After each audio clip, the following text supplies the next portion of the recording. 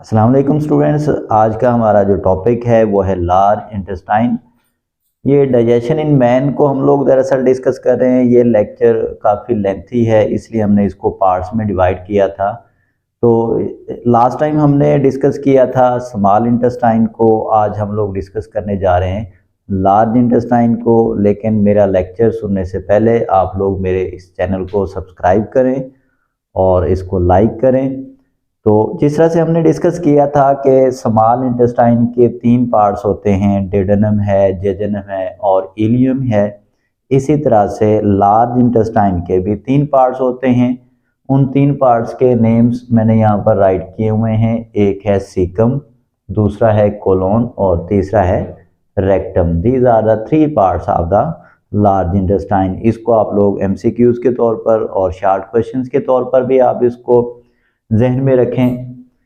तो अब what is the main difference between the large intestine and the small intestine. अगर हम लोग लेंथ देखें तो स्मॉल इंटेस्टाइन की लेंथ जो है वो लार्ज इंटेस्टाइन से ज़्यादा होती है। तो हम लोग इसको लार्ज इंटेस्टाइन क्यों कहते हैं? इसलिए कहते हैं क्योंकि जो हमारी स्मॉल इंटेस्टाइन है उसका डायमीटर कम होता है। ये स्मॉल इंटेस्टाइन है, इसका डायमीटर जो है कम है।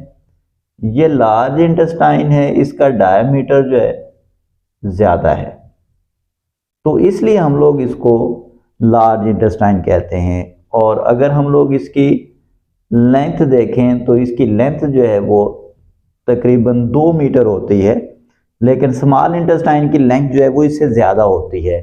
तो यहाँ पे ये क्लियर हो गया कि लार्ज इंटेस्टाइन इसलिए इसको कहते हैं क्योंकि इसका डायमीटर स्मॉल इंटेस्टाइन से ज़्यादा होता है। ये लार्ज इंटेस्टाइन है और ये स्मॉल इंटेस्टाइन है। जैसा कि मैंने बताया कि इसको 3 पार्ट्स में डिवाइड किया गया है। एक है सीकम, दूसरा है कोलोन और तीसरा है रेक्टम। जहां पर स्मॉल इंटेस्टाइन एंड होती है वहां से लार्ज इंटेस्टाइन स्टार्ट हो जाती है। ये जो मैंने एक छोटा सा ये जो बैग सा बनाया हुआ है यहाँ पर मैंने, ये सीकम है। इससे आगे ये सारा कोलोन वाला पोर्शन है, यहां पर आकर कोलोन एंड होता है। और इसका जो लास्ट पार्ट है वो है रेक्टम। ये इसका लास्ट पार्ट है लार्ज इंटेस्टाइन का। जहां पर स्मॉल इंटेस्टाइन एंड हो रही है और लार्ज इंटेस्टाइन स्टार्ट हो रही है, यहां पर एक फिंगर लाइक प्रोजेक्शन सी मौजूद है। इसे अपेंडिक्स कहते हैं। ये एक ब्लाइंड सैक है, एक बंद नाली है। समटाइम इसके अंदर कोई फूड पार्टिकल्स ट्रैप हो जाते हैं। उन फूड पार्टिकल्स के ट्रैप होने की वजह से इसकी स्वेलिंग हो जाती है, जिसकी वजह से एब्डोमिनल पेन, सीवियर पेन होता है और उस कंडीशन को हम लोग अपेंडिसाइटिस कहते हैं। तो इसका फिर वाहिद इलाज इसका यही है कि इसको सर्जिकली रिमूव कर दिया जाता है। तो यहाँ पर मैंने लिखा हुआ भी है appendix arise from the blind end of the caecum.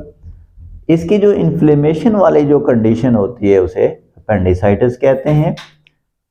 इस स्मॉल इंटेस्टाइन के अंदर जो मटेरियल मूव कर रहा होता है उसमें एक तो अनडाइजेस्टेड मटेरियल उसमें शामिल होता है और उसके अंदर पानी होता है, उसके अंदर साल्ट्स होते हैं। तो वो जो अनडाइजेस्टेड मटेरियल है उसे हम लोग फीसेस का नाम देंगे। इसमें ज़्यादातर जो पानी है और जो साल्ट्स हैं वो रीअब्जॉर्ब हो जाते हैं, ब्लड के अंदर अब्जॉर्ब हो जाते हैं। बाकी जो वेस्ट मटेरियल बचता है उसे फीसेस कहते हैं। और वो वेस्ट मटेरियल जो होते हैं वो फिर लार्ज इंटेस्टाइन के लास्ट पार्ट, जैसे हम लोग रेक्टम से होते हुए एनस के ज़रिए से वो जिस्म में से खारिज हो जाती हैं। ये जो फीसल मटेरियल है जिसे मैंने फीसेस का नाम दिया है, इसकी कंपोजिशन को भी आप लोगों ने माइंड में रखना है। ये आमतौर पर शॉर्ट क्वेश्चंस में मोस्टली आ जाता है कि what is the composition of the faecal material. एक तो इसके अंदर बैक्टीरिया शामिल हैं, इसके अंदर प्लांट फाइबर शामिल हैं, इसके अंदर म्यूकोसल सेल्स होते हैं, इसके अंदर कोलेस्ट्रॉल होता है, इसके अंदर बाइल पिगमेंट्स होते हैं और इसके अंदर वाटर होता है। It is the composition of the faecal material. This faecal material move in a large intestine. इसमें जो साल्ट्स हैं, जो वाटर है, जो एक्स्ट्रा साल्ट्स होते हैं, जो एक्स्ट्रा वाटर होता है, वो अब्जॉर्ब हो जाता है, वो ब्लड सर्कुलेशन का हिस्सा बन जाता है। एंड में जो जितना भी वेस्ट मटेरियल बचता है वो इस रेक्टम के अंदर स्टोर हो जाता है।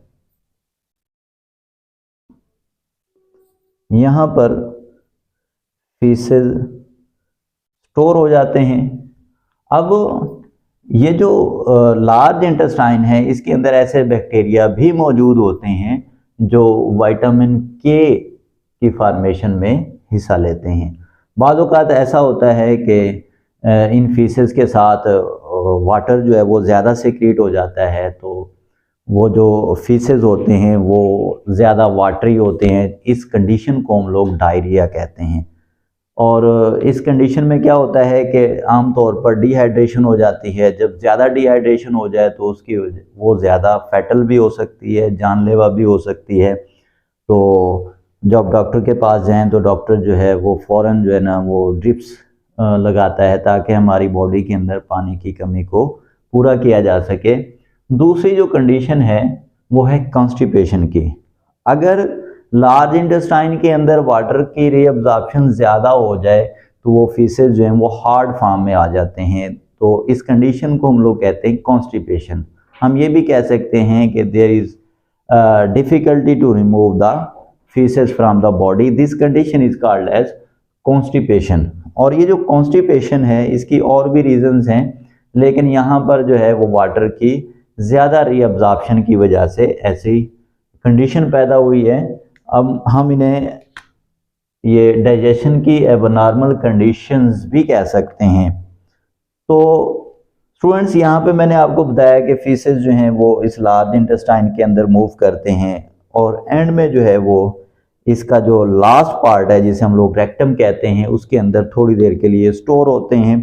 तो फिर एनस के ज़रिए से वो जिस्म में से खारिज हो जाते हैं। ये जो एनस की ओपनिंग है, इस ओपनिंग के ऊपर स्फिंक्टर मसल्स मौजूद होते हैं। These sphincter muscles are of two types. Internally भी मौजूद होते हैं और एक्सटर्नली भी मौजूद होते हैं। These sphincter muscles are consciously controlled in adults while these are not consciously controlled in infants। तो स्टूडेंट्स, ये था हमारा आज का टॉपिक जिसमें हमने लार्ज इंटेस्टाइन को डिस्कस किया। तो आप मेरे इस चैनल को लाइक करें, सब्सक्राइब करें। अब नेक्स्ट टॉपिक के लिए हम लोग इंशाल्लाह दोबारा हाजिर होंगे। तब तक के लिए अल्लाह हाफिज़।